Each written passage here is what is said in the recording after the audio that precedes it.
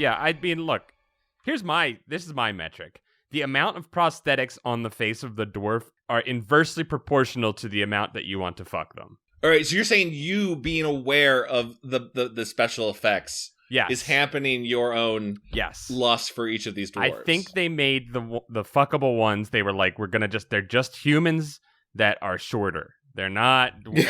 And then you get to like Oin, right? And he's got all kinds of shit. Like he's got like all kinds of facial prosthetics. Yeah, he's got like a metal horn up to his ear all the time. Mm-hmm. Right? Oh yeah, I mean, come on, guys. We're being ageist here. We already talked about this. Dory and Oin, they're on the bottom of the list. We're sorry, we're being ageist. But I think I'd rather lay down with Balin over Kili because Kili's not even a dwarf to me. Like I don't see a dwarf when I look at Kili. Here's the thing you got to remember about dwarves is you're gonna do it with your boots on. Oh yeah. Mm-hmm. So the accessories matter. Sure. Right, the clothing, the clothed dwarf. Right. Yeah. So that's why you're saying that Dwalin is up there because he's got greaves, sick greaves. Yeah. And hearing our greaves clang together during some passionate lovemaking is gonna.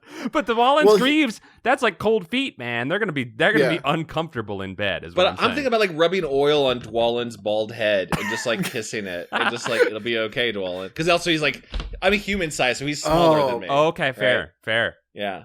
Consoling Dwalin is a good sexual fantasy. That's consoling after a hard battle. That's gotta be like there's like an anime trope about that, right? Probably. Probably. Where are you putting Ori? Where are you putting Ori on find your list? Ori. I mean, the dumbest fuck looking dwarf. Where are you putting Ori? Ori looks like he'd be like, I'm probably okay in bed, but probably a lot of fun at a Fish concert.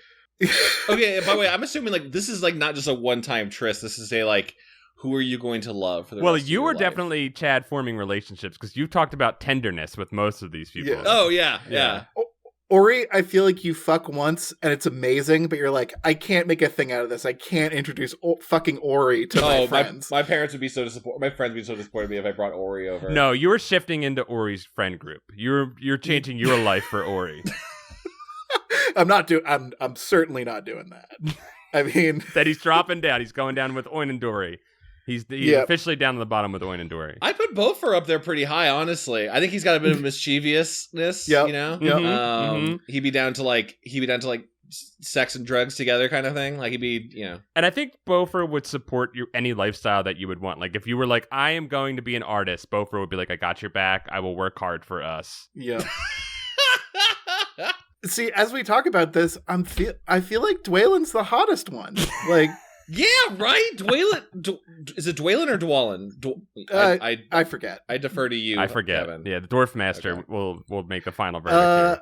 I'd say Dwalin, but I think that's just my Irish coming out. He's this big, strong man. He looks like Christopher Maloney from Law and Order, and that's the hottest man in the world. When you said that, I was like, all right, he went up the rankings when you brought Maloney. Yeah, sure. Stabler, dude. Mm-hmm. I like someone who's got something going on, like he's got like errands and like work and shit, and like that's good for me because I also have like my own shit to do. You want some time. You want some time off. But Thorin, you're never gonna see him. Like we've moved on from just fucking to now we're moving in together. Like, it's Thorin has too much baggage. Like Thorin gets the office, you get the living room. Like Thorin's work is much more important than yours.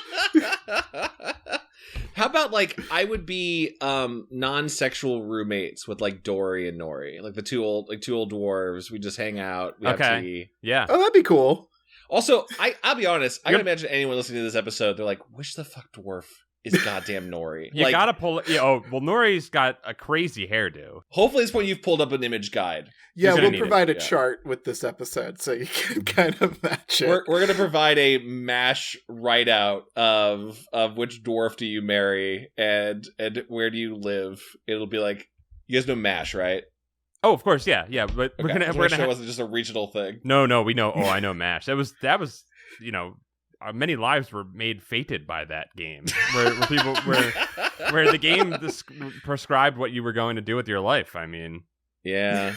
Mine said I was going to marry a dwarf, so here I am figuring it out. Which dwarf? Yeah. God, I hope I don't land on Gloin. Oh, Beefer and Bombert. The Eden's gonna be good in that house. Yeah.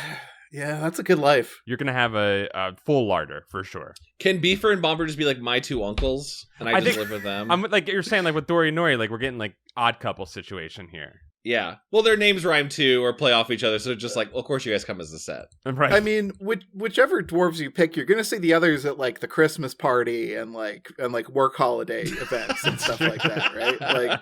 Like you'll see everybody at the company picnic. And like, I think that's probably a good relationship to keep with most of the dwarves in Thorin's company is like occasionally seeing them at a work-related event.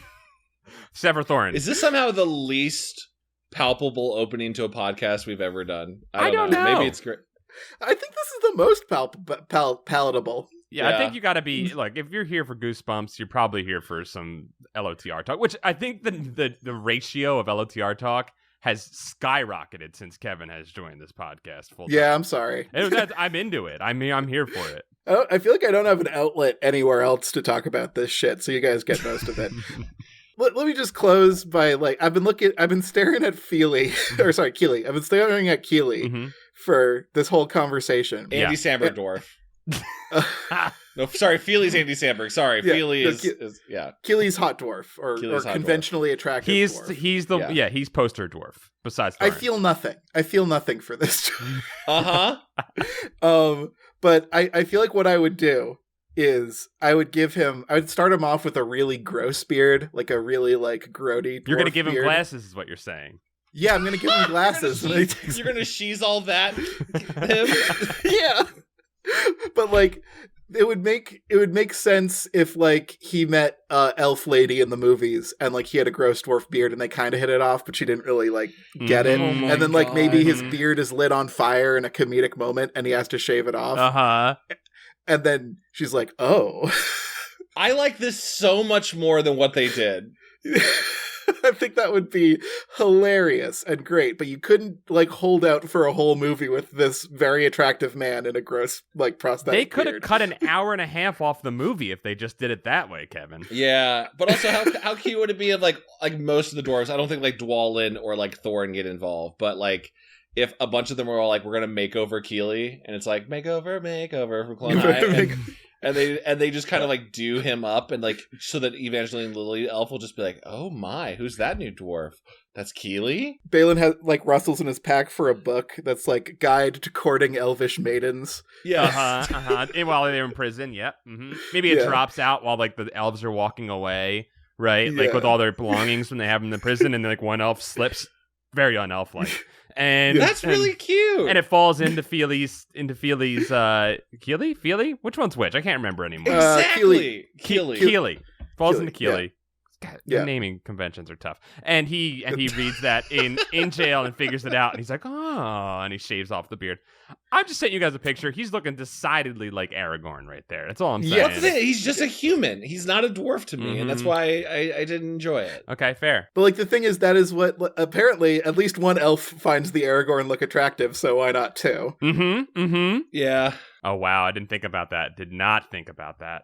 It's just meanwhile Elrond's just like, God damn these handsome men showing up all the time. God damn the elves' inability to grow facial hair.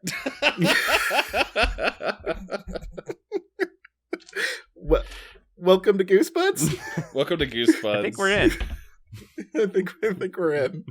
Thank you for letting me have this Lord of the Rings. Send us your dwarf bang rating at goosebuds@gmail.com. Yes, we need the list, and you can put them on the Patreon. You can tweet them at us. Give us all.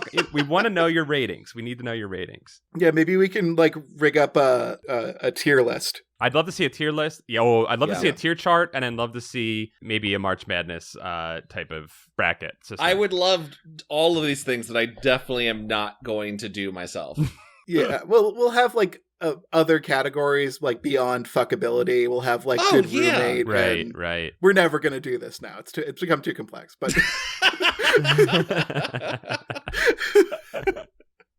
it'll be sort of an Olympics. I like that. Well, I mean, now I want to add on one more too. I know we were done with the segment, but we get to draft the dwarves to our harems. Okay. A it's harem like a rotation. Draft. It's like an NBA, like NFL draft. So it's like harem. Kevin Cole for the first round of the dwarves. drafts into his harem, Kili. This sounds like a fucking great live stream draft night. We'll get mead, we'll get wine, we'll get shanks of meat, and we'll do our dwarf harem draft on live stream. To me, shanks of meat are always like the beef skewers from Chinese food places. Oh yes, or like the pork, ribs or something like that too. Yeah, like the real red ones, the real fucking red ones. Oh yeah. Yeah, fuck yeah. Now I'm thinking like Buca Di Pepe. Is that the name of that place? That Brazilian barbecue? Oh, is Buca Di Pepe a real thing? No, that's Italian. You're getting Italian there. I know what you're talking about. Fuck, why can't I remember? There's like a chain of like Brazilian steakhouses where they like serve it to you on a sword, and it just all you can eat. Oh, what the fuck? Why can't I remember? Fogo de Chao. Buca di Chao. Yeah. I was close. I think there was one by like the craft beer store I used to go to. That's a really fun place to go in a non-pandemic world where you just like haven't eaten for a whole day and you just like prepare your body for it and you go bring it on. They don't let you stop eating. You can tell them no, but they are like, no, you must continue to eat. They start pushing the sword down your throat. Yeah, they just stick the sword between your teeth and they're like, open up. It's kind of like that dildo gif that Josh showed us. What? There's no context for the podcast. We can't just say that. We can't. Figure it out after you figure out your dwarf harem. Sorry. No, all you described was that blowjob gif that Josh showed us. That dildo blowjob gif.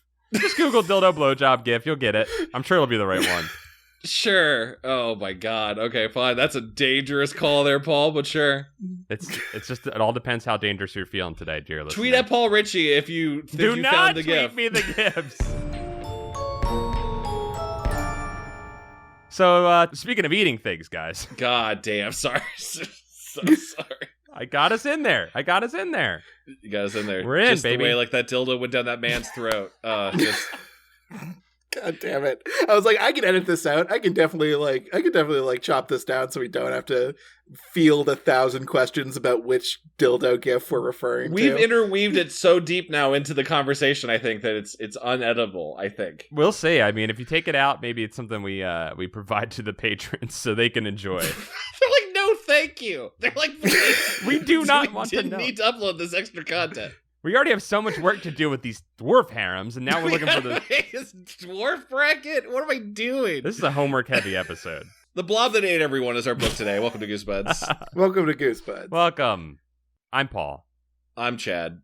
I'm Kevin. And God, if this is somehow your first episode, Jesus Christ. I feel like we say that a lot. I know, and we keep doing it. We keep shooting ourselves in the foot with our openings. If this is the first episode, I mean, here you are. What if Tim Apple's listening to this episode, right? Like, what if he's like, oh, I should check and see what's on my podcasting service. And well, Tim Apple, if you must know, we're a podcast of 3 friends who read Goosebumps books and present them to our listeners in summary as we attempt to understand the author and make them a little better. There you go. There you go. That's pretty good, Kevin. That's pretty good. But we also talk about which dwarf we would like to have sex with and live with for the rest of our lives. Yeah. We also talk about the tender bond between dwarf and man.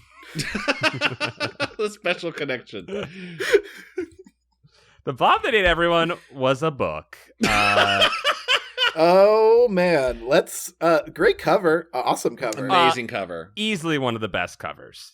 You got a big old Krang coming down the street, big Krang, big old pile of twisted metal, and he's no picky eater. A great tagline for this one. I missed that. That's actually great. It's good. It's a good one. See, this shows off my juniorness to you too, because I still have trouble taking in all the splendor of the cover. Like, I forget that there's a tagline on everyone. Oh yeah, you got it. Yeah, it's like it's part of the package. It's how you ease your way in. It's the appetizer to your RL meal that you're gonna have. That's the first little taste of the horror and fear and comedy you're gonna get in this book. You eat your horror with your eyes first. Well, let me start it with this. Is that I started reading the book. Mm-hmm. And then I got a couple chapters in where I just kind of called an audible and I went, I gotta watch this TV episode. I'm so glad you did that because I was really, really thinking about it while watching this. I was like, I just needed to know how the low budget Canadian TV series handled the Blob. Okay, I will admit up front that I did look up a picture of what the Blob looks like in the show. Oh, I did. Yeah. How would you describe it, Paul? A slightly elevated bird crab. Damn, that's pretty well, bird crab. Yeah, I guess bird crab could be that color. Like it's like that color. It's got like that level of like viscosity or like lack of viscosity mixed with chunks of unknowable material. What, did they just drench an intern in silly string and PVC? Oh no, you wish. It looked like a garbage bag that they put like kind of styrofoam material around. Yeah. Okay. It reminded me of like kind of a lower budget form of Pizza the Hut from Spaceballs. Sure. Yes. Yes. Less detail. Less of it because they had to show incredibly close-ups of the Blob to hide. It does have a bit of like a Pizza the Hut-y vibe. You're right. Yeah, which is super gross, right? I love pizza. But Pizza the Hut is I hated Pizza disgusting. The Hut. Up there with things that I couldn't watch while eating. Pizza the Hut, the mushroom from Mom and Dad Save the Universe. If I was eating something for some reason, it turned my stomach. I could not look at it. Sure. The fungus in Super Mario Brothers movie is pretty gross. Yes. Too. It's got like green quality. Yeah. I don't want that fungus as my king. Fuck that. What is with that? Why are there certain creatures that just unsettle you? I think as primitive man, we probably shouldn't have touched slimy things. That's probably what it is. Like, yes, like funguses and like piles of goo. You're just like, no, there's nothing good about. There's nothing. Our edible. brain knows that's dangerous. Right. Yeah. If there's something rotten, then we probably don't want to be near it. That's fair. I guess so. Yeah, because I definitely don't want even though Pizza Hut was made out of pizza, I didn't want to eat that pizza. No way. It was not. You knew it had living biomass in it that you knew that you couldn't digest. Yeah, exactly.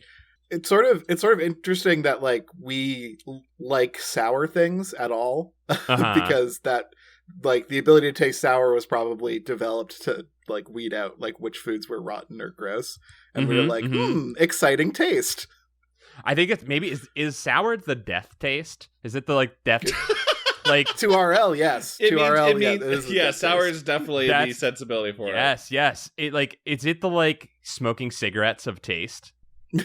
Please expand upon that, Paul, because I'm not sure if I'm following. Please it's like expand. You smoke a cigarette to be like, fuck you, death. I'll live. I control death a little bit. You know what I mean? It's like a little Freudian. Yeah. You know what I'm saying? And like sour taste is like the roller coaster of taste. You're like, I'm gonna look you in the face, death, and I'm gonna escape. I'm gonna appear on the other side unscathed. This makes my whiskey sours much more exciting. Yes. So I'm gonna say yes. Yes, poison. Sure. It's like a double poison when you're doing a whiskey sour. Yeah. Oh god, never been so cool as just drinking mold. Mold, dude. I like a blue cheese. Same thing, right? Yeah, you're kind of saying like, bring it, death. I'm eating some bad milk. At me. Bring it on, death. Yeah, some Limburger or whatever. Oh my god, Limburger. Which I'm still not convinced is a real cheese. It's not. We haven't done the research to confirm it's a real cheese or not. It's only a cartoon cheese. Yes, I watched the TV show. And I think it follows the plot of the book pretty well. Did you finish the book or did you just switch over to the TV show? I didn't finish the book. I lost my appetite. After the TV show. We haven't done a dual book and TV read along. We haven't done that in a while, so I'm excited to do that. It wasn't really by choice. It was more just me going, okay, so this is also somehow the plot of the movie, the Goosebumps movie. Yes. Yeah. Huh. Well, right. Real quick before we move on from the look of the Blob, I do want to share with you guys, and we'll put this with the episode. The French cover has a very different interpretation of what the Blob looks like. Oh no! Is it just a fat American? Let me see. And its translation is the eater of men. Whoa! That is a gross blob. It's got a ball sack on its chin that's sweating the white slime. It has an old man sack on its chin. It looks really sad too. Like, oh, please just get in my belly. Zachy, why did you think me up? That's what he's saying right there.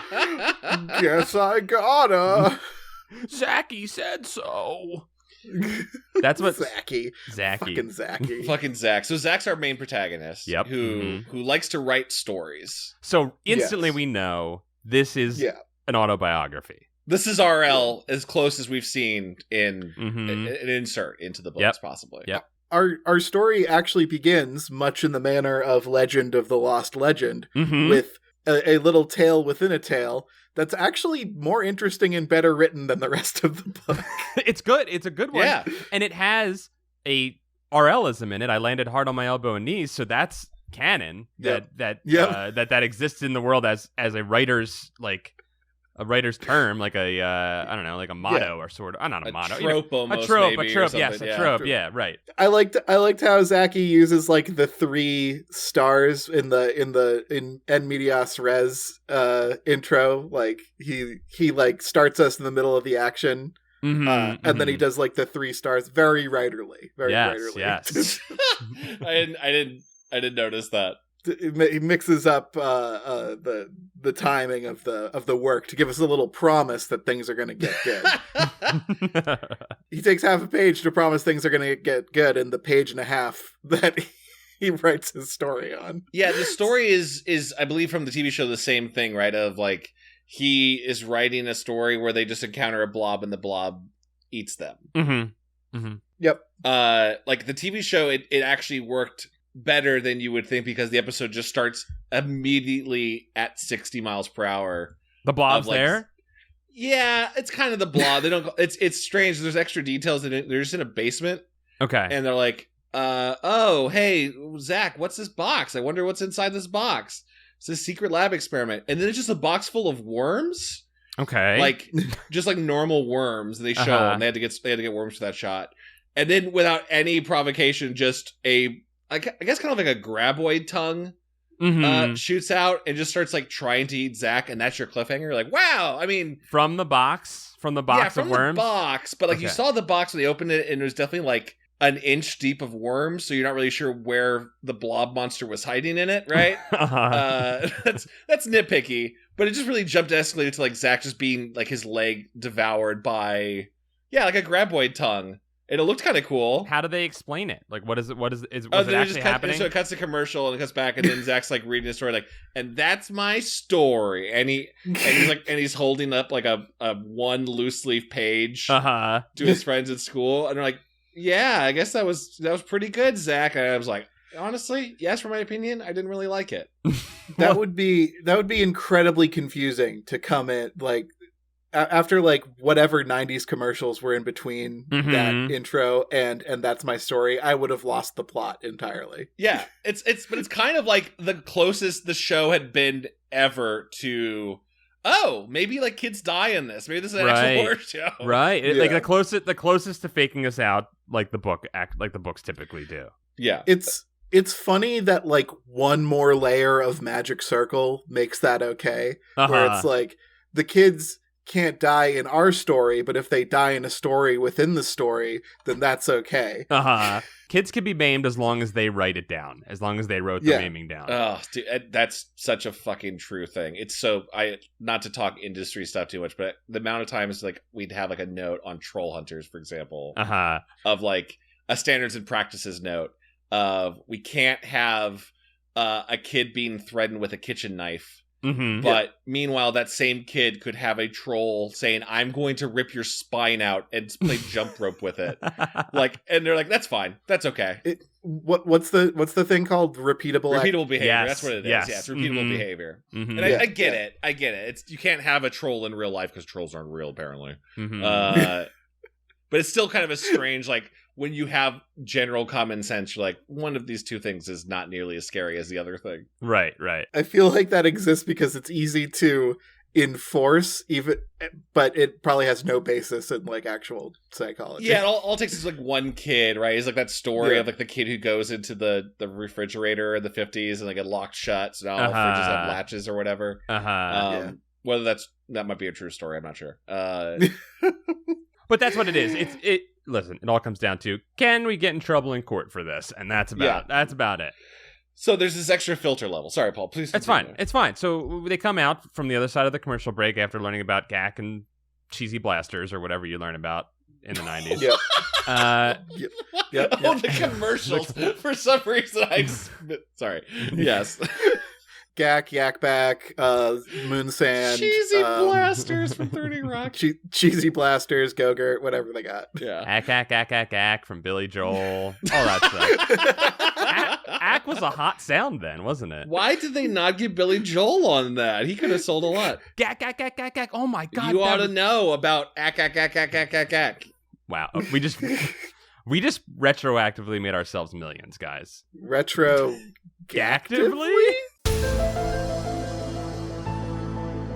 Okay. Adam and Alex. We'll move on for each end. Adam and Alex, Zacky's two best friends, because you can have more than one best friend. I like that. I like that bit of like grown-up wisdom in there. Zacky's polyamorous life that he lives. Be polyamorous with your best friends. That's a great thing to be. I agree. Don't put all your friend eggs in one basket. You know. If you have a best friend, you're just raising that friend up to the detriment of all your other friends. Like democratize your friendship a little bit. Spread the love. Diversify your love. Don't live under the boot of a friend tyrant. So Alex and redhead girl, whatever her name is. Alex is the girl. Adam is the boyfriend. Wait.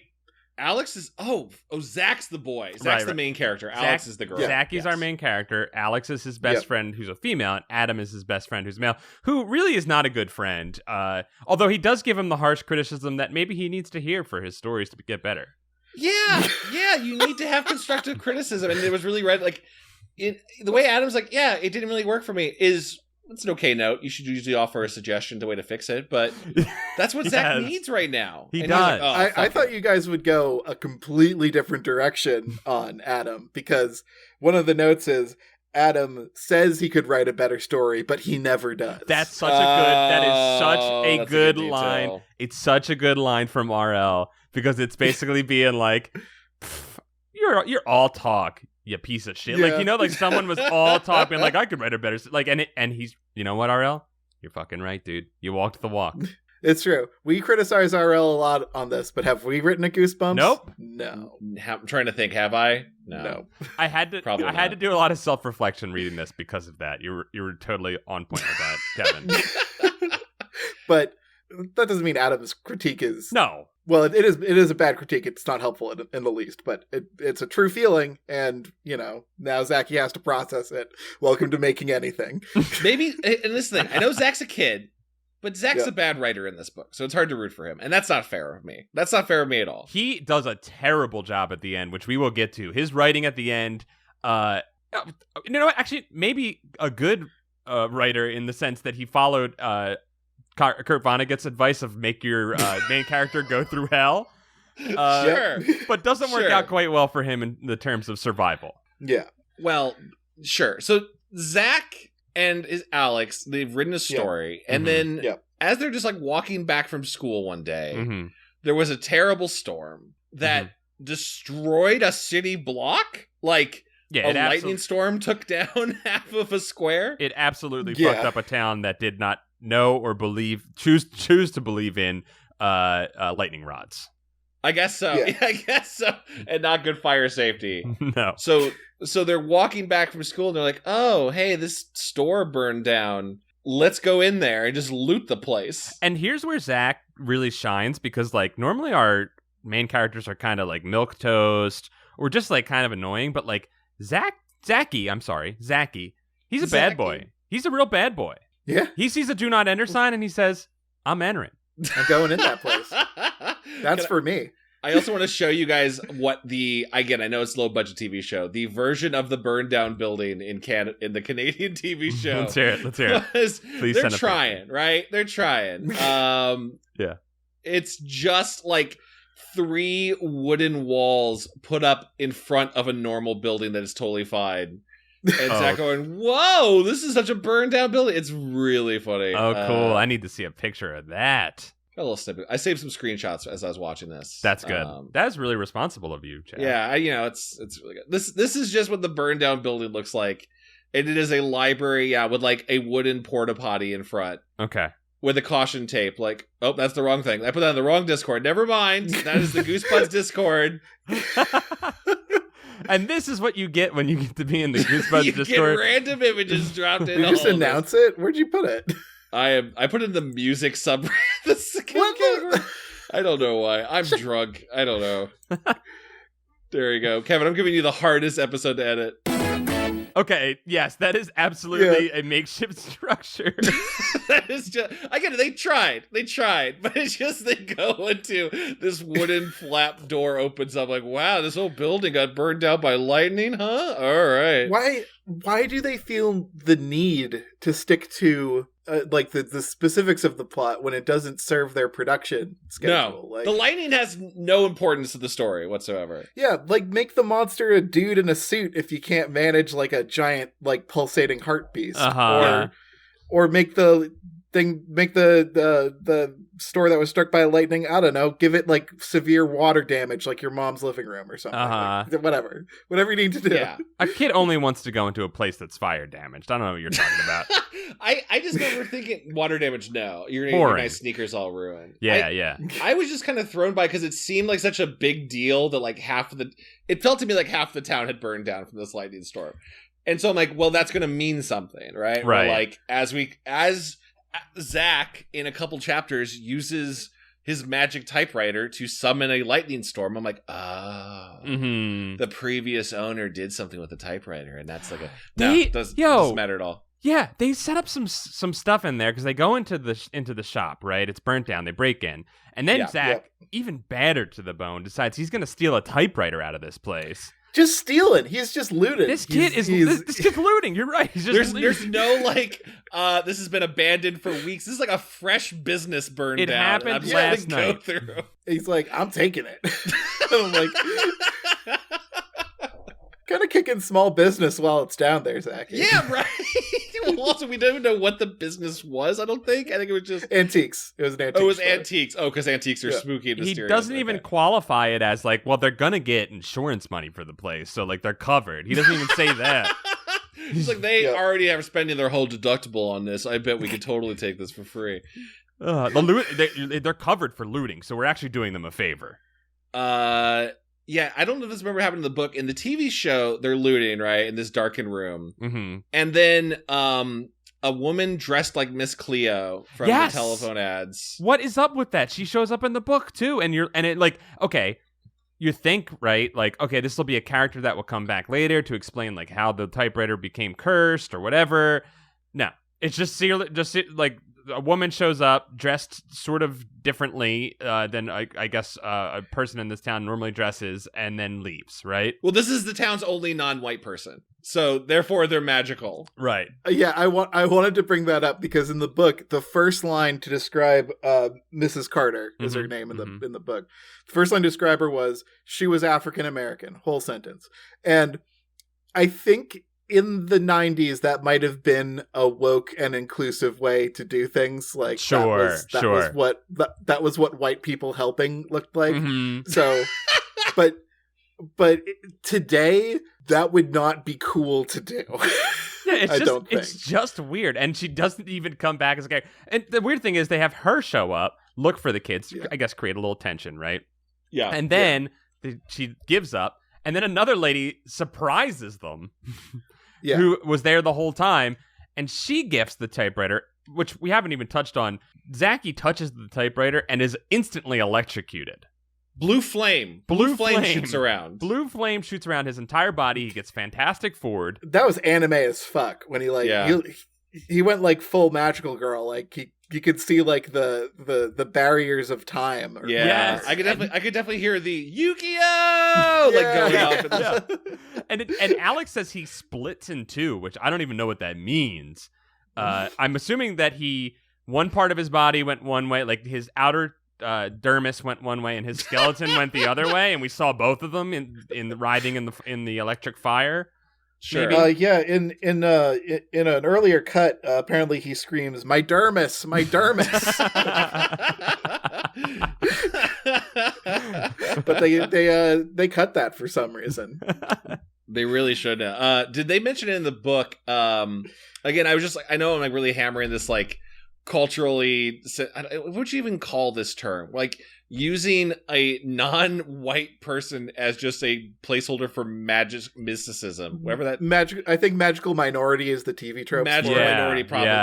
There's something about that for sure where you're just like, you realize that we grew up on that a lot in a lot of media, and it's incredibly lazy at best. And it's very othering. Yeah, right. Sure. Right. This episode has a particularly great moment of that where as they're in this, burned down building, and Miss Carter is like, "Hey, yeah, you can take it as long as you write a spooky story with it."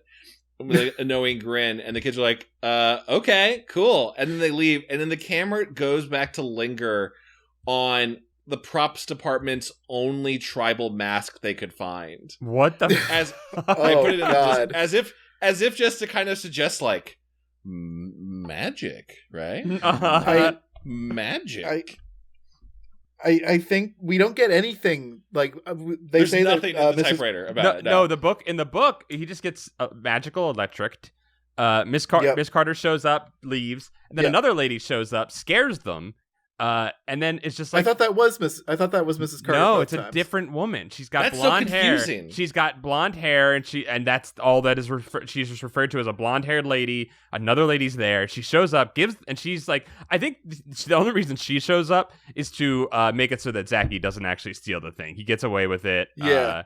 So he gets his bad boy status downgraded a little bit, right? I bet he did steal the typewriter in the first cut, but then they're like, "What if a kid steals a typewriter?" Standards and practices came in, but that should be what he did. So it's a curse, right? I mean, there's supposed to be like this idea of a monkey's paw, right? Sure, or like you played with something dark and sinister, and you really shouldn't have. If you wanted this one thing, you're going to realize that you didn't actually want that as a basic storytelling convention. Mm-hmm. Well, we'll get into like how this should be a fall from grace, a tragedy.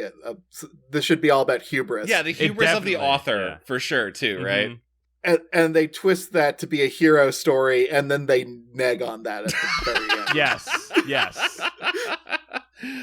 I do love the line. I had to copy and paste it. You can print 8 pages a minute, which was a beautiful line from Alex about the wonderful home computing unit that Zachy has that can print 8 pages a minute. Which that's not bad. 8 pages is not bad. It's not bad, but I love it when you just get the like crazy technology of the 90s, and then you get they called it out that he could have been writing on a PC. He did have a PC at home, brand new PC, but he preferred the typewriter. Mm-hmm. I mean, I remember when I got when my family got a PC in I think 1999, we got a Gateway 2000. Oh yeah. I still have the mug. And the cow box. In the cow box, yeah. We printed so much shit. Like, yeah. We printed everything. We used like Greetings Workshop to make like little inserts for like cookbooks and shit. We printed for like straight for 3 years. Like the printer was the best fucking thing. Well, that's when your family moved on to a memo system where you would not have any family discussions without a memo being written up, right? I think I remember you telling me about that. Yeah, when we couldn't just call a family meeting, we had to schedule one. You had to print a 20-page banner fold out, and then you had to like Kevin come down to dinner, and they had to hang it up. And they would hang out today's dinner. It just said on a banner up on the ceiling.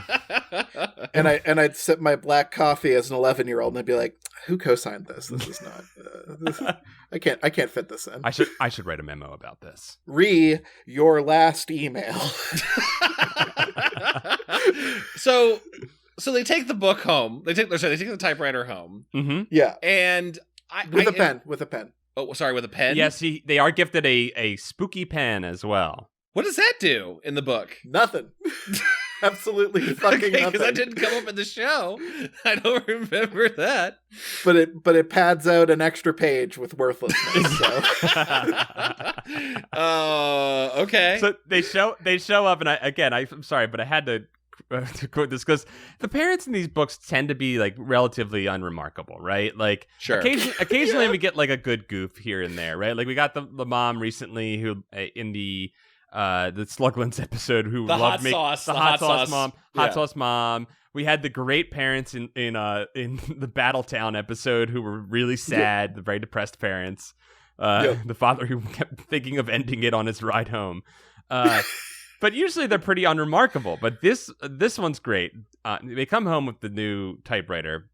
And here's the quote. They love crossword puzzles. I'm not sure why. Both of them are terrible spellers. They can never finish a puzzle. Lots of times, they end up fighting about how to spell a word. Usually they give up and rip the puzzle to pieces. Then a few days later, they start a new one. This is totally like a weird like makeup sex thing that the parents have, right? Like this is like a metaphor, right? I feel like when he gets a little more self-awareness about his family, he's gonna write the line, "Every day here is like watching a train crash in slow motion." Do they know they're getting divorced? I do. What also would be even sadder that he has the ability to change that and he does nothing with it. What do you mean he has the ability? Well, he does. He has magic reality warping powers. He's right, Kevin. He's got a magical. He could write it out of their life. Okay. At the end of this book, this kid is a god, and they don't do anything with it. He's a god. He's a self-hating god, Chad. He and we'll get to his self-hate at some point. I think it's buried deep down subconsciously. I thought what Chad was saying is that every child has the ability to stop divorce. They just don't do it because they're too lazy. I want to make every kid who has gone through divorce, it's their fault. It's their fault. When everyone's told you the opposite for your entire life, no, you could have magically willed it not to happen. Chad, you were the Adam to these children's lives. They needed that advice from you early on. Oh my God. And you weren't there to give it to them. He needed the hard criticism. You needed their hard criticism. By the way, Adam does fucking suck in this. Like, he Adam sucks. No, he does is a suck. complete idiot. Adam's a bully. It's a good thing his mom can cook, because that's the only thing holding that friendship together. Oh no, his dad can cook actually, which is a nice. This one does a good job too of portraying tender fathers. It's good tender dads. There are some good dads. Sure. Yeah, there's some tender dads, but there's some icicle moms in this one. There really are. She's not happy in this relationship. Wow, none of this parental drama is in the TV show. Chad, there are some serious warning signs beyond the crossword puzzles in this. Yeah. Mom goes to stay with her sisters for a little while, and Dad. Wait, really? Dad just wanders. I don't know if you're joking or not. Does she really? No, she does. And Dad has some misdirected anger towards Mom, but he doesn't take it out on Zacky, which is good. What? When is this happening in the book? Like, he has what Zack calls the punch-in wall, which is just a wall with a big dent in it. Okay, you guys are goofing me. Dad says he's building me a rock climbing wall, but I just call it the punch-in wall.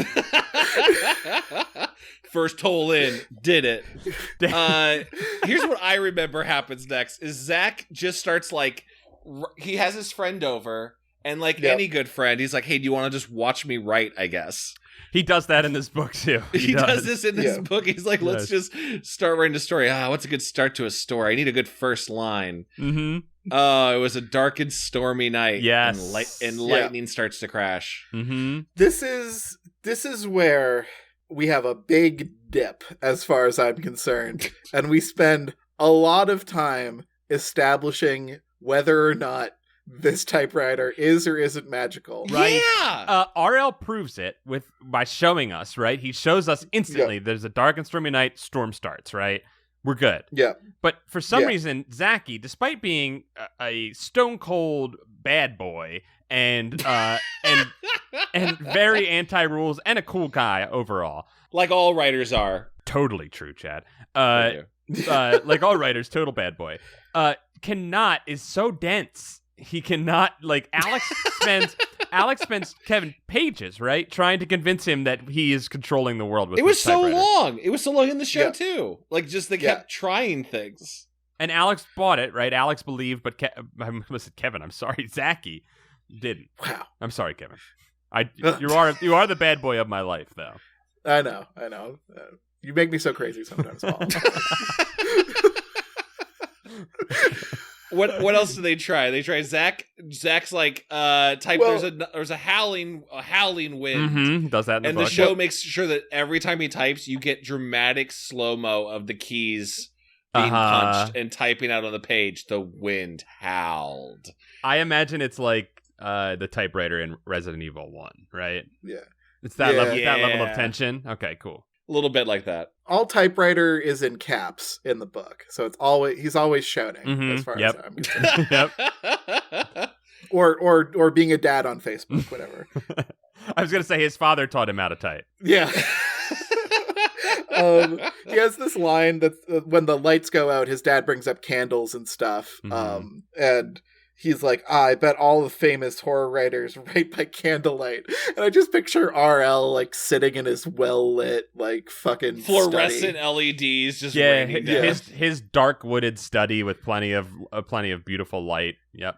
Cracking open a can of room temperature Shasta. Fresca, Shasta, either one.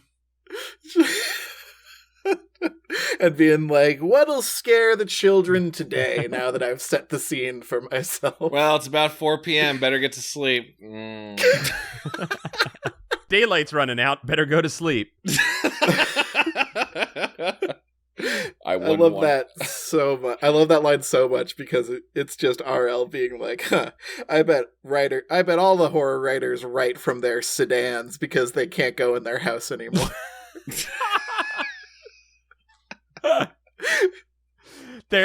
You know what? He might have been. I don't know what his married life was like, but he's definitely working through some relationship stuff in this. There's a great line where Dad snaps. It's literally snaps, written as snapped.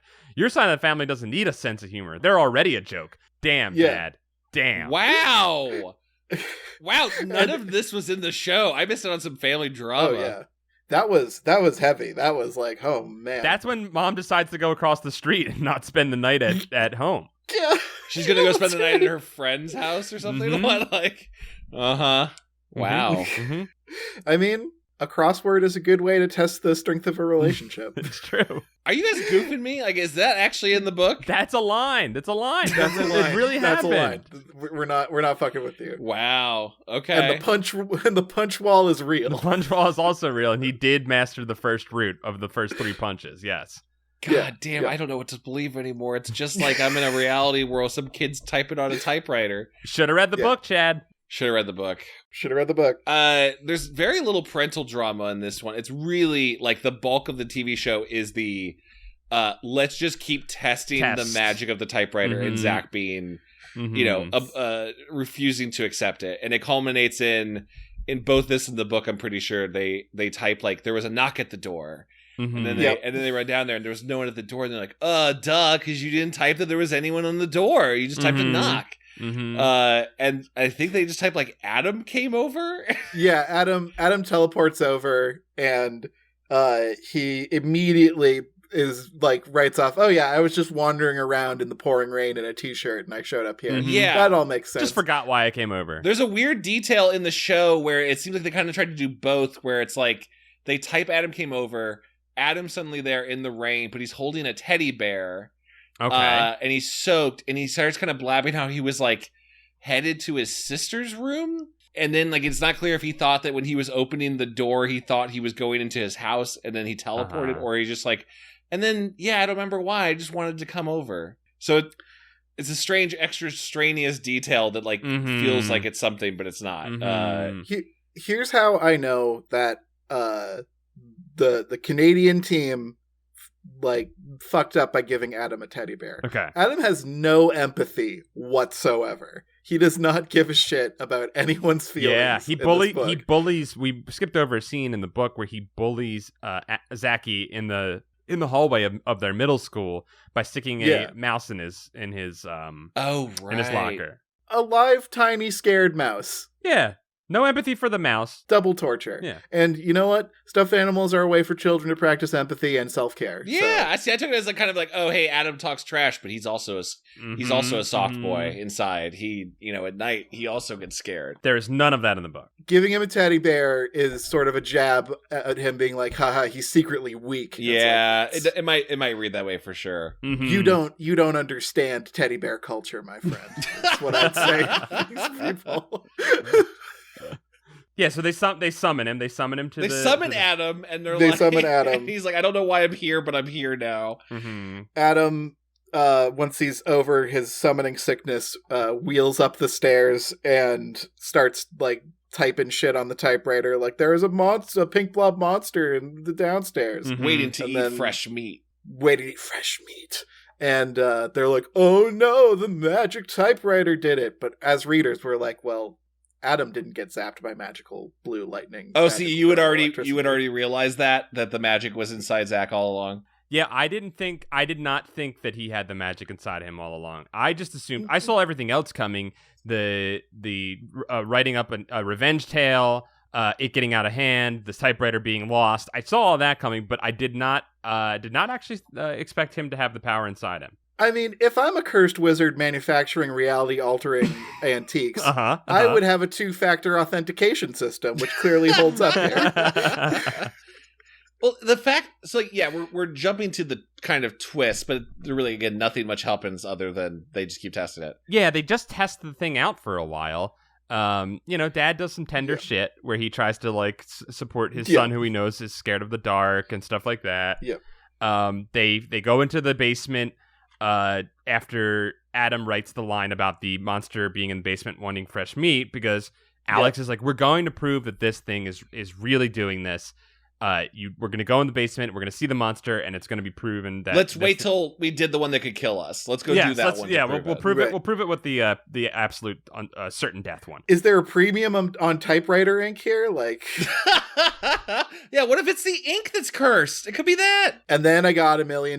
Right. There you go. Also, the monster didn't have teeth, and I got $1 million. And then you're good, you know? Carmen Electra comes flying through my window, and she has $1 million in her hand. I'm trying to think of a 90s babe. Yeah, right. And she says, I will wait to marry you until you are a legal age so that this is not creepy. No, Carmen, that's grooming. Get out of here. There's a part of this moment in the show that I loved the writing of this episode in that I don't know, man, some of these lines, I was curious if they were in the book. So, like, they investigate the blob. Adam is left, right? He, like, basically types, like, the blob's down in the basement waiting to eat some fresh meat. See ya, suckers. I'm going back to my home across the city. And leaves in the rain. And so, meanwhile, Alex and Zack go down to the basement to investigate. And in the show version, there's, like, this growling. The dads already came back up from downstairs. Don't ask what he was doing. Probably J&O. And then... Probably J&O at the punch wall. Probably punching while he J-Os. It's funny that you say J-O because the way it's described in the book is they walk into the basement and all they hear is a rhythmic slap. See? Slap. See? Yep. So maybe it's the same. Maybe it was the same visual, but in the show, they look to the basement window, and I guess like their dad's garbage gloves are like hanging from the window. That's what happens in the book. It's a white glove that I guess is part of Dad's butler cosplay, his Ask Jeeves cosplay. Yep. And it's slapping in the wind for his Ask Jeeves / flow from progressive roleplay that he does with his wife. That's what they're trying to do to save their marriage.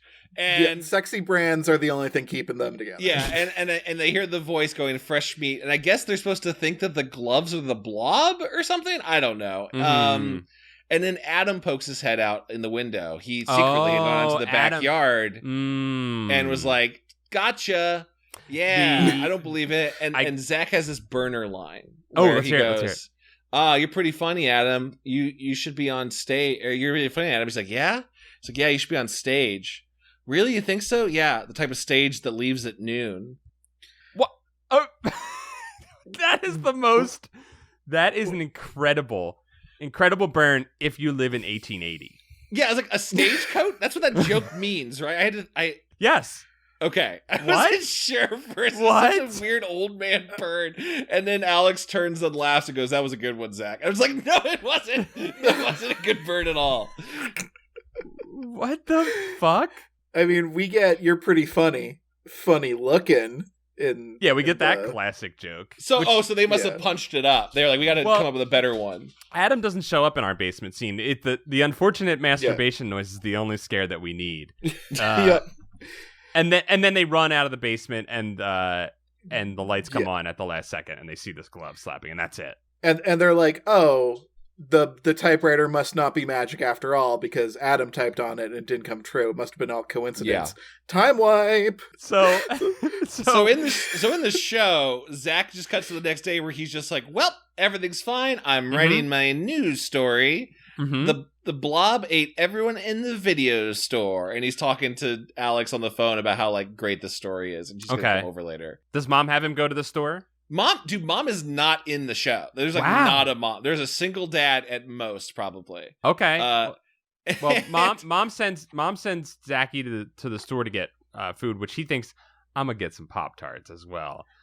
Yeah, there's that line that says, "Sure, I love raw Pop-Tarts." Okay, and referring to a Pop-Tart as raw, everyone knows what he's talking about. I have honestly done that. I've honestly called them raw Pop-Tarts, so I'm on board. Have you? I've never heard them referred to as. It was my main college snack, and all the time it'd be a raw. Oh, me too, dude. A raw tarty. A raw tart. I have road tarts every time I go. Yes, you do have road tarts. I remember you talking about that. Yeah, road tarts are a must. It's like lembas bread. It's just like you have it a little packed. So Alex he goes to the grocery store in the book. In the show, it's just straight on. He writes a blob attack the video store, and then his dad goes, "Hey, you want to go to the video store?" Oh my god! So he just writes it, and then it happens. He just writes it unrelated, and then he just happens to go to the video store immediately, and then he's there, and it's like people are just run. It's the one fun moment of the show is like you could tell they were trying to do a little bit of an homage to the Blob movies and what I've always seen. Yes, of just like 20 people, adults, like just running and knocking each other over in the video store. They're running from something off screen, and Zach's like, "Whoa, what's going on in here? Oh, there's a blob. Oh, what a blob to happen." In the book, he is bullied once more by Adam and his cohort bullies, his twin bullies. Adam and his package. Adam and his bully package show up and give him one more solid bullying, which causes Zachy to fly off the handle, lose control of his writerly abilities and writerly talents.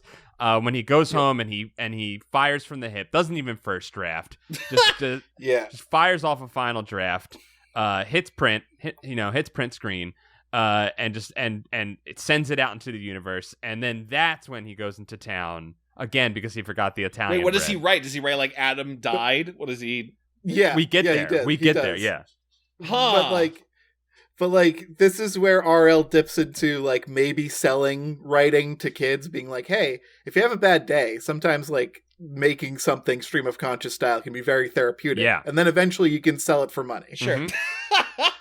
Well, that's interesting. Yeah, so Adam does show up at the video store. I mean to gloss over that. He does have a posse. There's a cool kid holding a plastic skateboard behind him. and they're definitely like, oh, hey, what's up, Zach? You're two not brave enough to handle Gator People of Mars or whatever. Picks up like a VHS off the rack.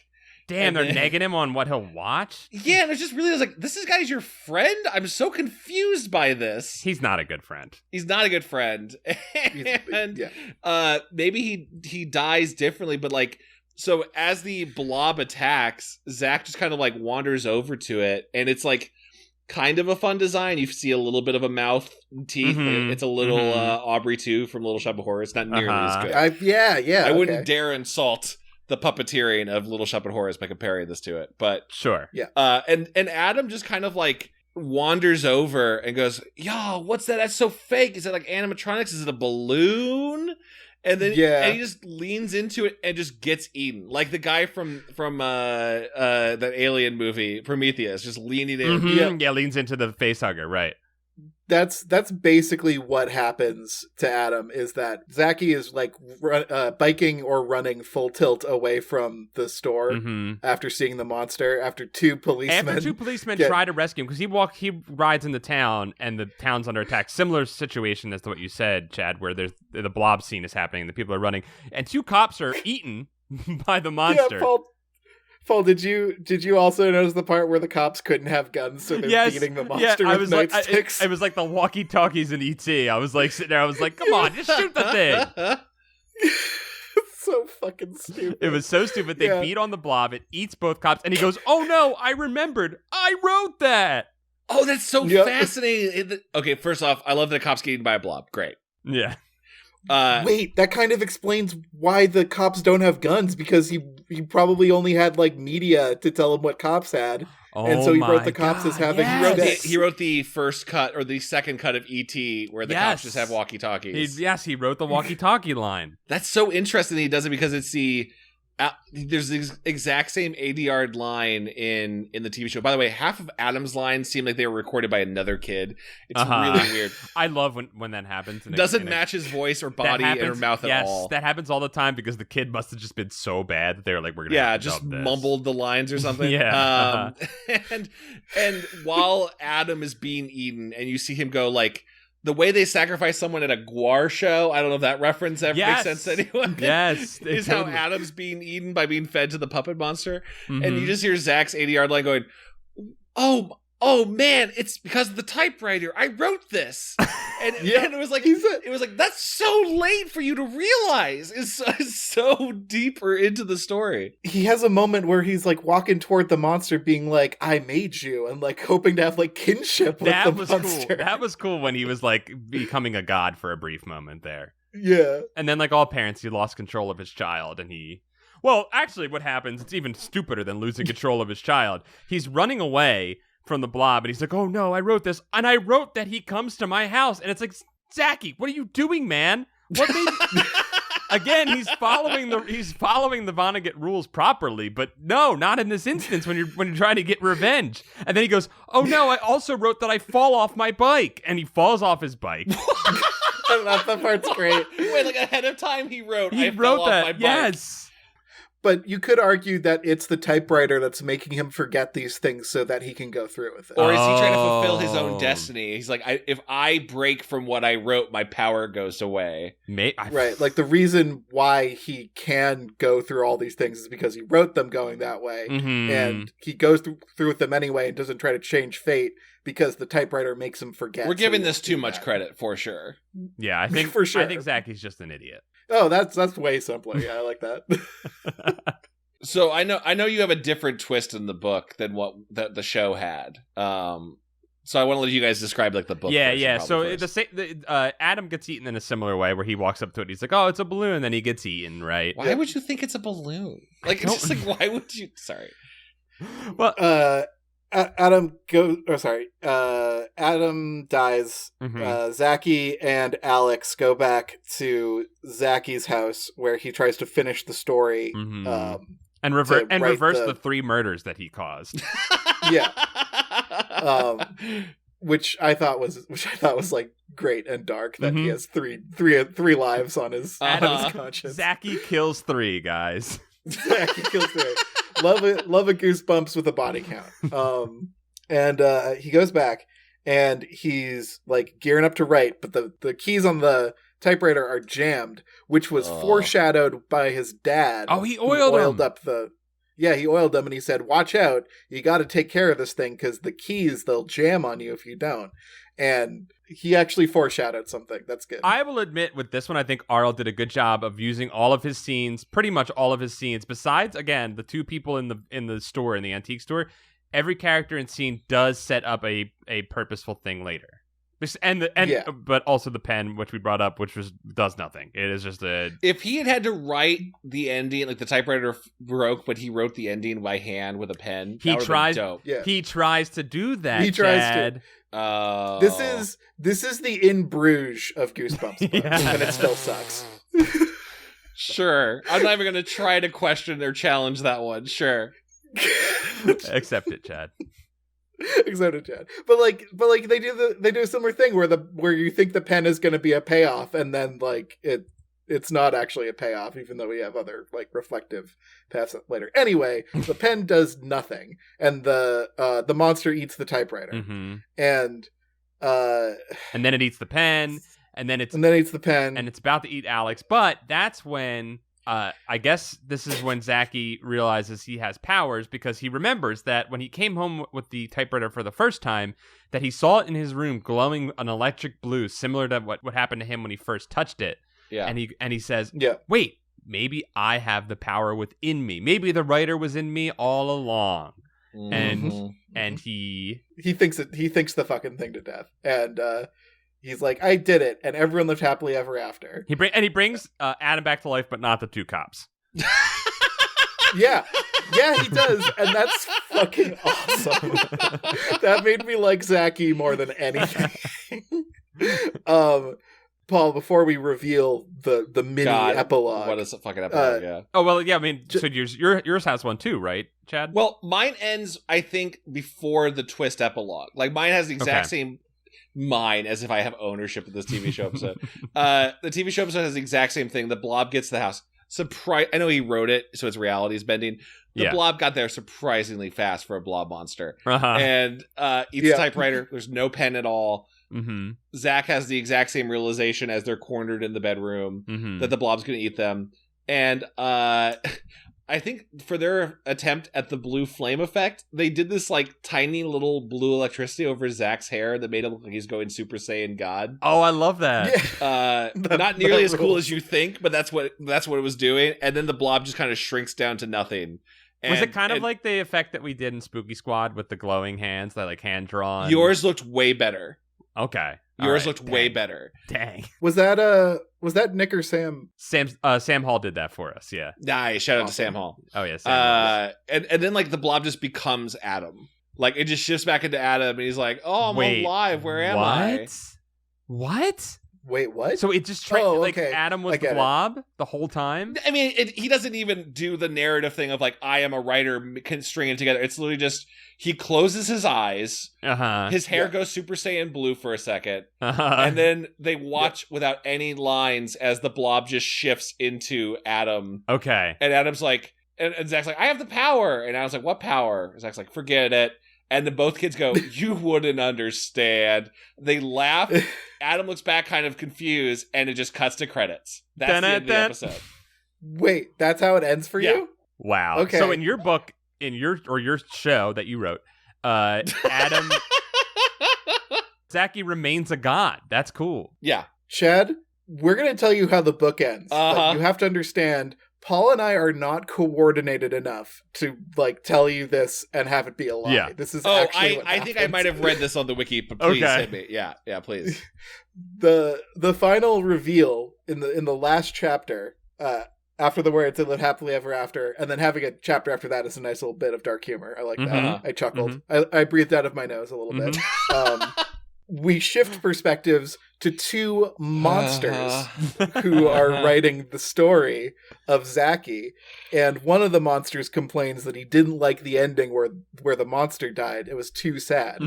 So that was his problem. Yeah, it was too sad that the monster died, and the other monster says, "Okay, I'll just have the monster eat the kids at the end," and that's yeah. In that one monster's defense, he does offer a better note than Adam. He offers a change as well with it. So, despite the ending being annoying as shit, at least the character's better in it. And RL loves that fake out turn. Not even a fake out. He just loves that gag of the monsters are the domesticated ones. Right.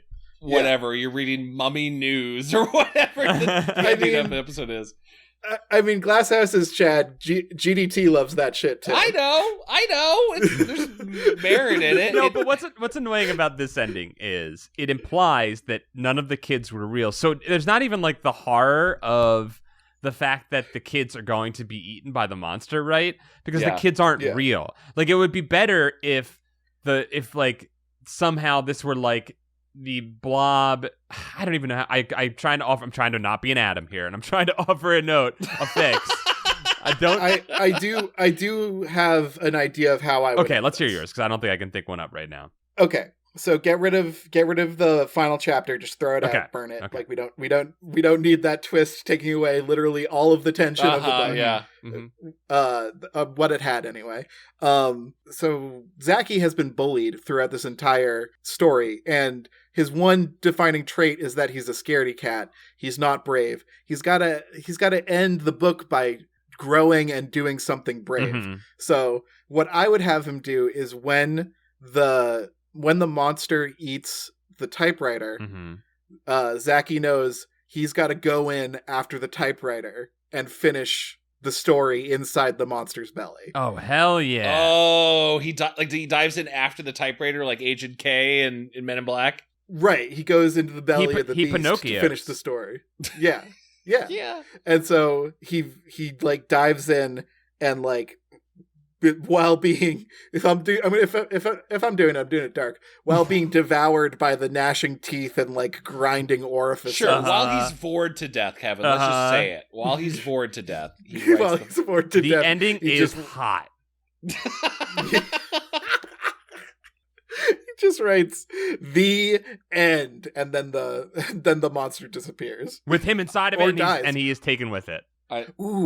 Or yeah, if he writes the end, if that's all he can get out, then that's how the book ends, and you don't know if that ended like the monster. If it freed it, or if he went with it, or if he was freed. I love that. Or he got misinterpreted. He got pooped out at the end of the monster, and that's the dark. No, that would truly make it the In Bruges of Goosebumps.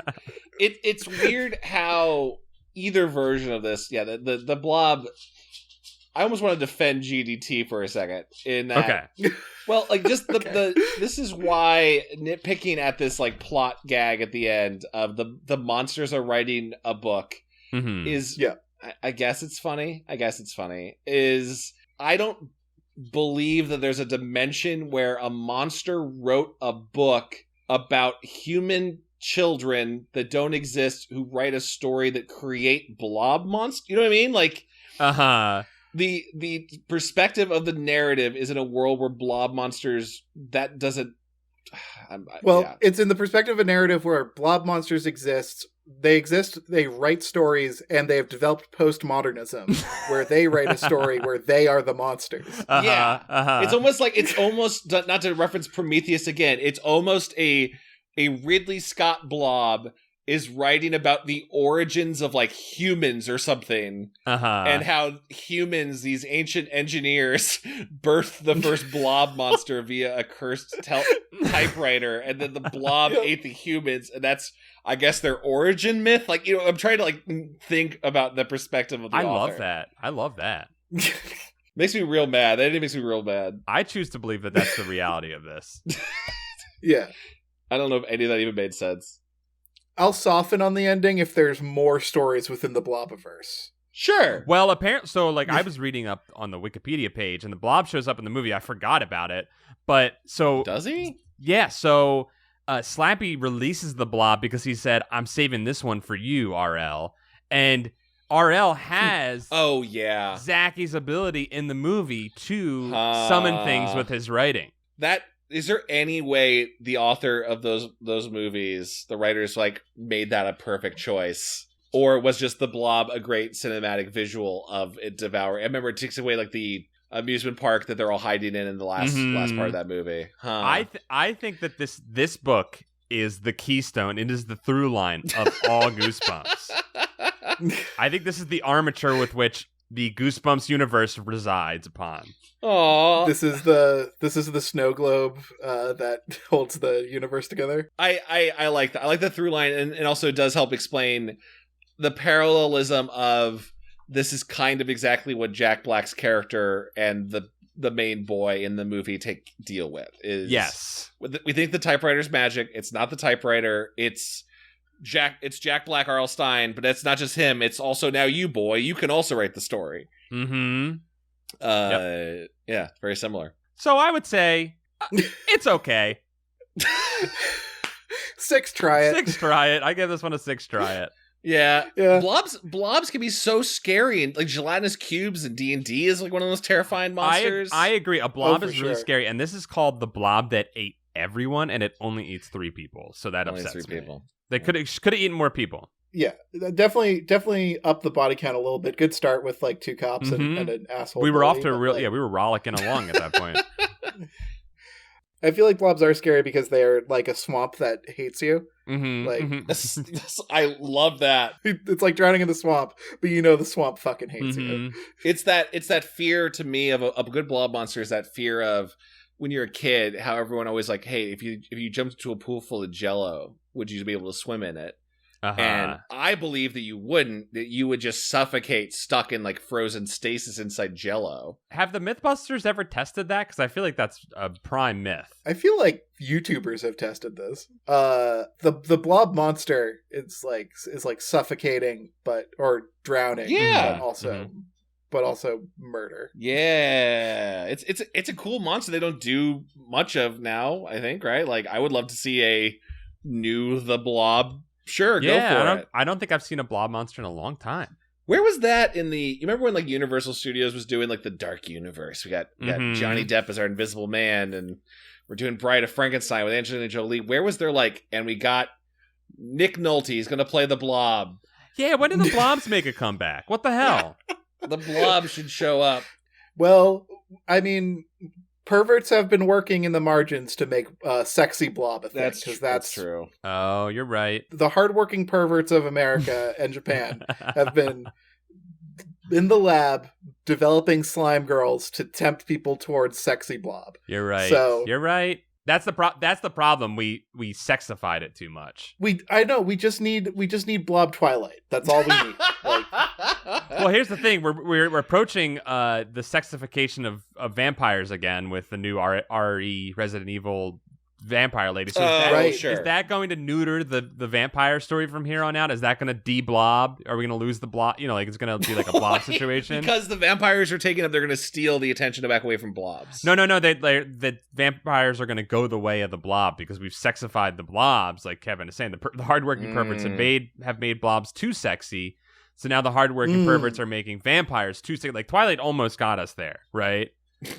Okay. Oh, I see. So the key is to have something that is sexy but not too viscerally sexy, right? In the outset. So maybe like I don't know, maybe like a hot golem is next, or like a cockatrice or something like that. I will never fuck a cockatrice. I'll just say that much. That's never gonna happen. You say that now, man. You say that now. You never know. You never know. Here's how you do it. I think you slow build into sexiness for the blob, right? You start your blob monster off a little bit more like Flubber. Right, you started out with more facial prosthetics, a gloin.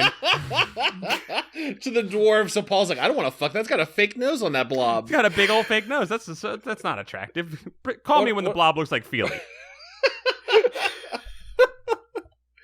This has been a mess of an episode. I've had a blast. This has been a good Goosebumps. I enjoyed this. For a sixth try out of a book, I think we got some good stuff out of this. Yeah, I think for a 6 try out of a book, this was a 7 try out of a podcast.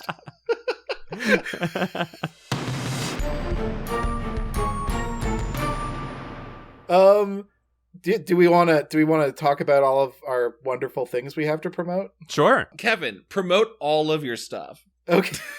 Okay. Hi, I'm Kevin. I'm new. If you're wondering why there's 900% more sexy Lord of the Rings dwarves talk on your Goosebumps podcast, I'm sorry. It's me. It's me. I also have a podcast that's not this one. It's called Pretend Friends, and I do it with Paul. And we're currently on hiatus. But it's a good podcast. Maybe you should listen to it. It's fun. We make pretend and we play a game I invented. If you somehow have not listened to the Goosebuds RPG episodes on this feed, please go listen to them. They're great. Precursor and Pretend Friends. Yep. Yeah. Those are great little self-contained stories that I'm really proud of. Mm-hmm. I make games, I guess. I'm a game maker. I'd say I guess because I feel like I'm a podcast. They say I'm a game maker. I dabble in games. They say I'm a game maker, and I'm inclined to believe. So I made 12 video games last year. And you can play them at supertry.itch.io. And they're a good time. And if you play my games, you might want to hear my words, and that's at Twitter. I'm at Real Kevin Cole. And if you think all of those are good things and you're like, why does this guy live with his parents? Maybe pop over to my Patreon and check out givekevinmoney.com and give me $1. Still the greatest URL for a Patreon. You can also give money to the Goosebuds Patreon, and that also goes to me now. So yeah, it actually does. Patreon.com/Goosebuds gets you access to our cool Discord, bonus episodes like Camp Goosebuds we do every month. Yeah, all the cool Discord. Sometimes you'll see random pictures that Chad accidentally pastes in there. Sometimes Chad just posts a non-context picture that's meant for a few people, and then everyone gets to see it. It's great. And then you get a little hint at what might be happening. Patreon.com/Goosebuds. And also we have, like you said, that extra episode, which we just posted a recent one with. It was Kevin's first Camp Goosebuds, is what that new extra episode is called. And we came up with some fun stuff on there, including our new camp motto: "Scared, but always prepared." Yeah, we need to get the syntax completely. I think it is "scared but prepared" is the scared but prepared. I also like I am scared but prepared, but also we are scared is kind of a nice like scare 'em, prepare 'em was that's right. We were going to do a Latin version. That's right. We got a lot of nice comments on it on the Discord. People really liked it, which I thought was it made my heart it made my heart sing. It was very nice. We have a very nice Discord. By the way, our entire nice just shout out to like our entire like active kind of community. I always want to use the term fan base. I feel like that's a weird term. Like our listener community. Have we talked about how like in the last couple of months people have just been posting like really heartfelt stuff on our Patreon and like sharing stories about the podcast, and like it really means a lot, guys. Like the fact that we can bring any sort of entertainment or distraction with our dumb discussion over sexy dwarves means a lot. It really, really does. Yeah, it's very. I mean, it's obviously. I think it's been talked about a little bit more now that I think people are inside and a little more reliant on these types of this type of media to try and kind of fill the void of socializing and such. But as a creator, it's always nice to hear these things, to read these things, because you make stuff and you don't know how useful you are as a person. And then when someone says that you helped them get through like a bout of depression, it always feels really good. Yeah. And we've had even wilder stories that were incredibly touching. Yeah, if we just make one person's day a little better, I like punch the sky with happiness. Hearing like we got people out of some like deep shit makes me feel really good, and I'm gonna try not to get an inflated impression of myself. We love you all. Thank you for listening to this show. Yes, thank you so much. Yeah. Of course, if you want to email us, we are overdue for a mailbag.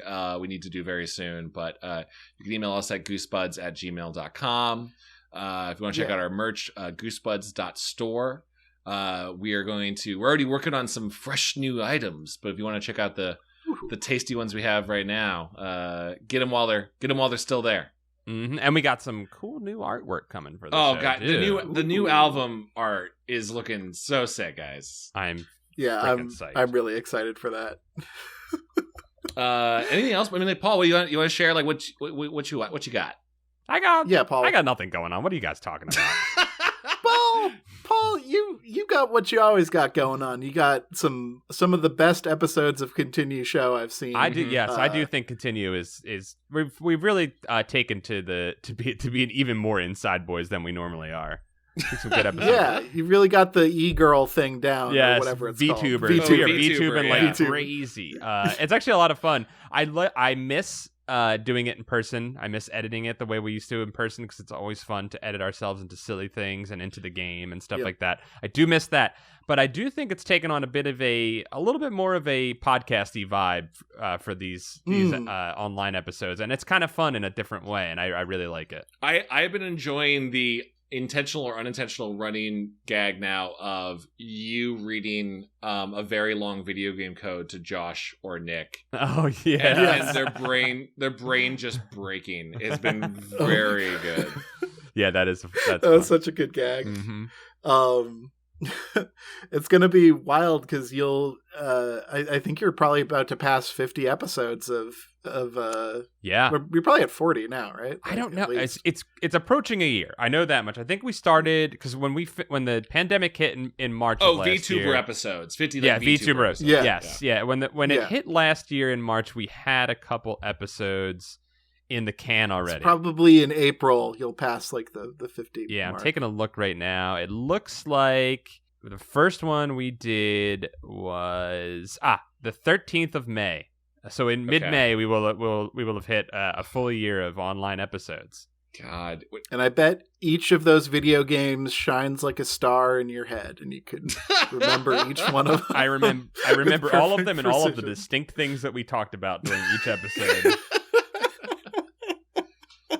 I'm looking forward to celebrating our year anniversary of a pandemic with you boys. We're getting close to it.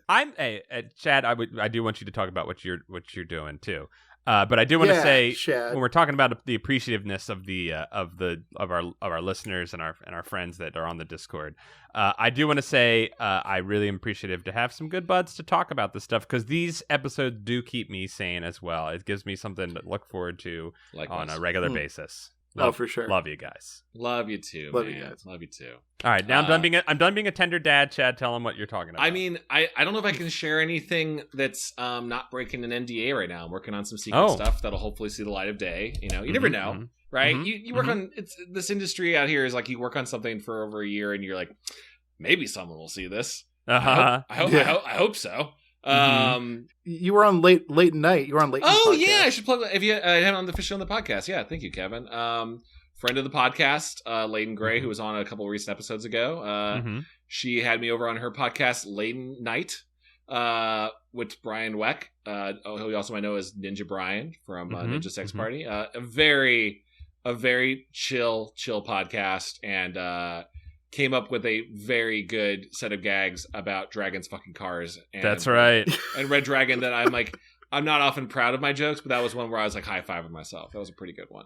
Yeah, that was great. The do you see lines are some of my most quoted lines from a movie, I would say. I know. I haven't even seen that movie, and I just know do you see. Like, I just know that scene.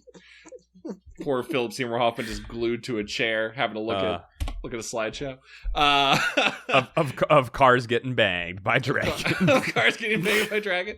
That was very good. Yeah, really just been doing secret projects, that sort of stuff. I'm staying around. I'm online at Quantum Theory. If you want to check me on I'm trying to get rid of social media too. I say that, right? I'm like, come over to my Twitter, and then I just get mad when I'm online. So yeah, I'm on Twitter too, but I don't use it. So hey, even if you tweet those gifs at me, which are definitely going to be a part of this episode, I won't see them.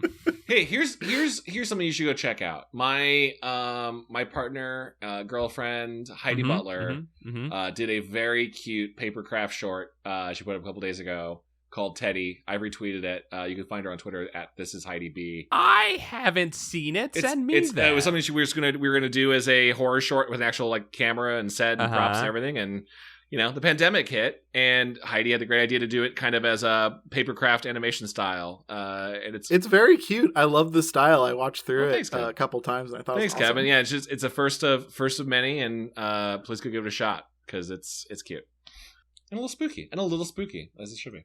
That's just what I got. Spooky. Well, I think it's time to put out the fire.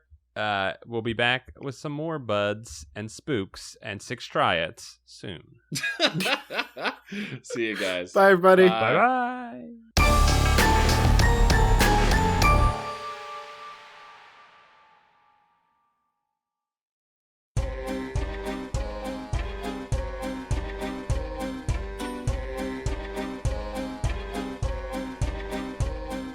Kevin, why don't you lead us in? Oh, man. Okay. Hi, everybody. Thanks for listening to Goosebuds. We're gonna read some names from the book of names. Great job, Kevin. You're doing a great job. Thanks, guys. This book is radiating some energy that's making me nervous. Yeah, you're gonna want to read the name as quickly as possible and let go of it before your soul gets sucked into it. Yeah, it's like hot potato. Pass it over very quickly. Oh, all right. I guess we'll get to it. Our first name is Stephen Jive Turkey Kuwabara. Oh, okay. Stefan Jive Turkey Kuwabara. Sorry. I fucked it up, guys. You should keep all of Our this first name is Stefan Jive Turkey Kuwabara. You nailed it. First try. Yeah, first try. Fuck, who's next? I forget. Shit. Oh, he's still holding the book. He's gonna die. Paul, you're next. He's passed the book to you. Oh, sorry. I was looking at my phone. I'm sorry. Hollis Hornby. Jesus Christ. Oh, great. Cameron Murphy Audio.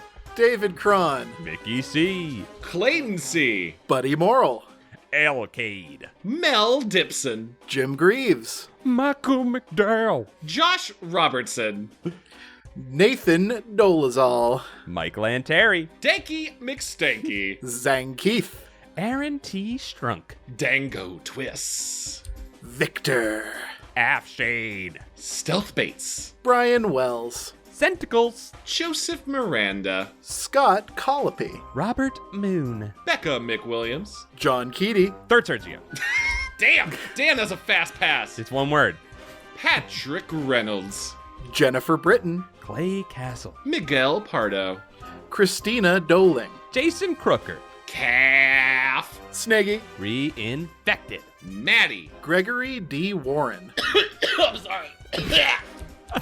The Book of Names is weakening him. We gotta hurry. The book takes another. Alan Sailor, pass it on. Fast Sam Hash. Cody Redfield. Jonas Blatterman. Low Belly Hate Me. Aiden Alexander Diaz. Matthew X gonna mark the spot to you. Oh, a little pirate map there. Ishak Arafin. Joshua Jacobwitz. Justin Wagman. Chosen One. Ooh. Levithan. Levithan. My favorite Levithan bread. Levithan. Unlevithaned bread. Levithan. It's not, guys, it's not Leviathan. It is There's not. No A in It's there. not. It's not. I think we've been calling them Leviathan the whole time. Calling them Crib Apple the whole time. Rich Hilborn. Bradford Coulter. Jar Jar stinks.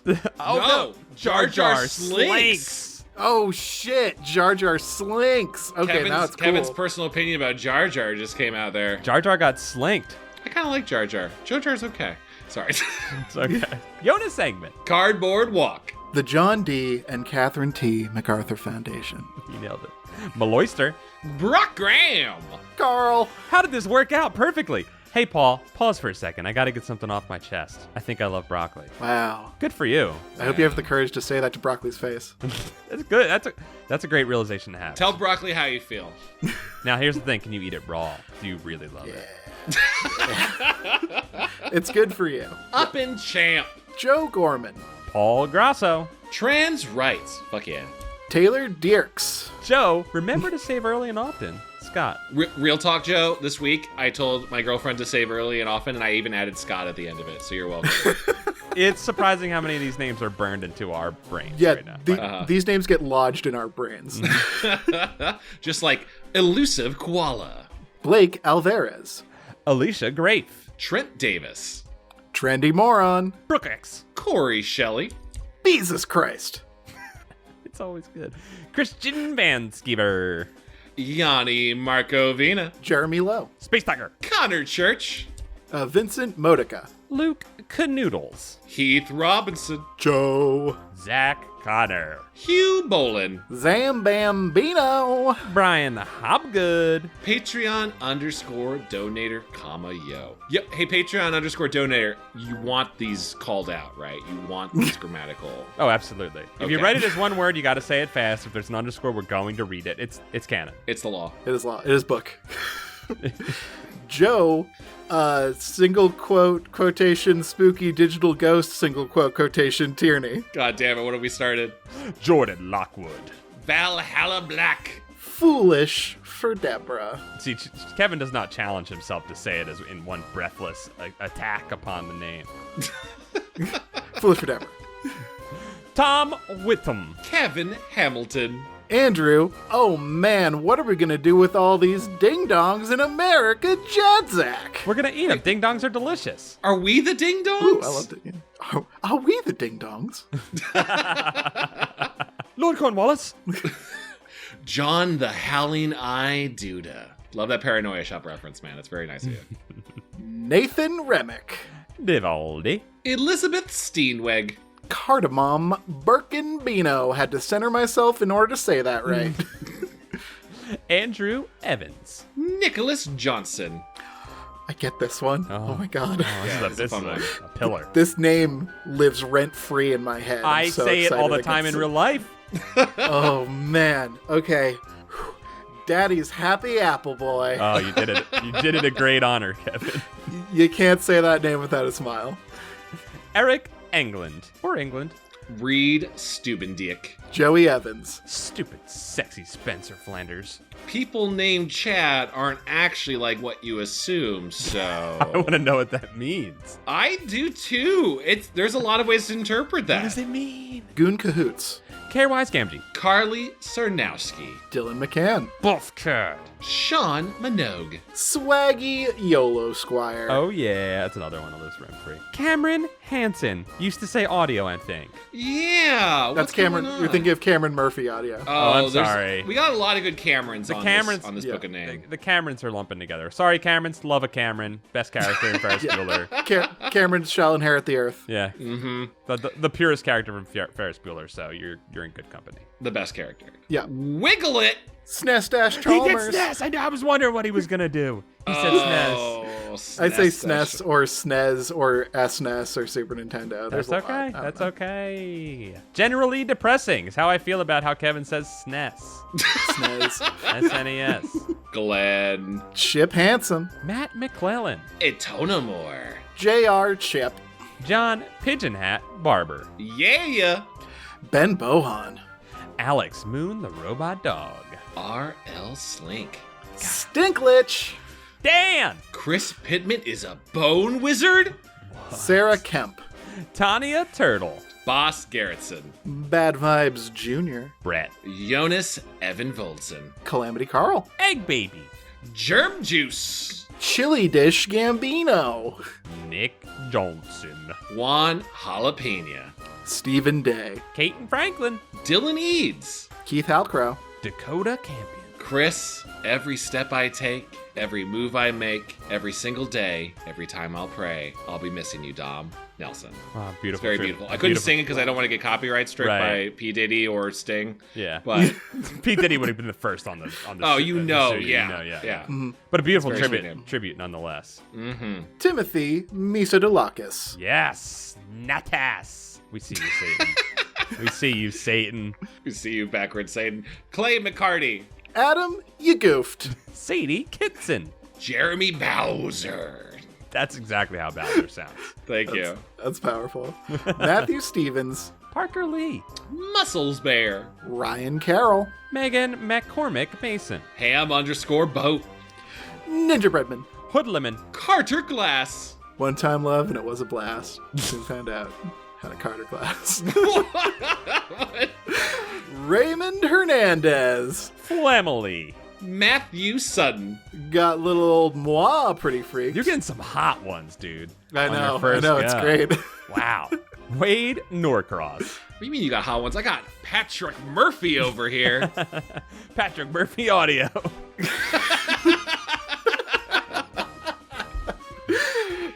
_venomous_viper. Russell Gore. Kelsey Kinnaman. Peanutberg. The Crowfens. Oh, by the way, Peanutberg, congratulations on your baby. Oh, congrats. Baby Peanutberg. Baby Nut. Jimmy Soul. Russell Castberg. Xavier Jimenez. Dr. Chocula. Brendan Arafin. Liam Neeson's dough. Jeffrey Owen Cahy. Elliot Thompson III. Comfy System. Sunset Streak. Meet Virginia. I thought about that one today. In my head. I like that. Kelly the Barbarian. Jordan Slamsy. Michael Mello. Chris Putrekis. Zach Weir. Tamjid Munir. Cod Salmon. A Milky Nug. George Michael, parentheses wham, close parentheses. Thank you for clarifying. Michael Cupca. I assumed the cupcake was not finished in writing. Michael Cupcake. You guys are making me really hungry. Good cupcakes aren't finished, only abandoned. Wow. Sorry, I'm just stunned. Julian LaMendia. Adam Muth or Adam Muth. Who knows? Dungeon Kappa knows. MC Hamster. The Shrekonomicon. Tobias Clark. Ashley Northup. Mike Spaghetti Jones. Robert Allen Cook the Third. Redemption. Dylan Napier. Nicole Watkins. Matthew Higgins. Leanna Urenko. Angelo Santone. Chris. The Davy Boy. Kenium. Zoranath, I think is what I've been landing on. Zoranath. Yeah, that's like a cool wizard name. Yeah. Skelefella. This is cool. 69, Pauly Shore, 311. I keep saying it's too dangerous of a combination. You gotta be careful putting Pauly Shore next that to is it. riding some legality lines there. Guys, as Eric Andre always said, always remember 311. Hey, new people to the Book of Names. Welcome to the Book of Names. Oh yeah, welcome new people. Wagmar Wigmer. I can't wait to say that name a bunch. Dakota Kemp, and good luck, Paul. XX_Epic Gamer 42069_XX Smith. Oh, dude, can you totally carry me in League of Legends, please? Please help me. What about welcome new Patreon Kieran McNamara? Welcome new Patreon patron Diet Soda. Welcome new Patreon patron Coily Jones. Welcome new Patreon patron Jeffrey Klein. Welcome new Patreon patron Ross Short. And finally, welcome the last name to enter the Book of Names. For now, Michael Kokinos. Welcome all of you, and thank you all again for your wonderful support and love. I hope you feel the life force that you sucked out of us during this reading. Thanks for booking. Thank you for booking. Thank you for being a name. All right, book it. Book it. Book it. Scatter. Scatter.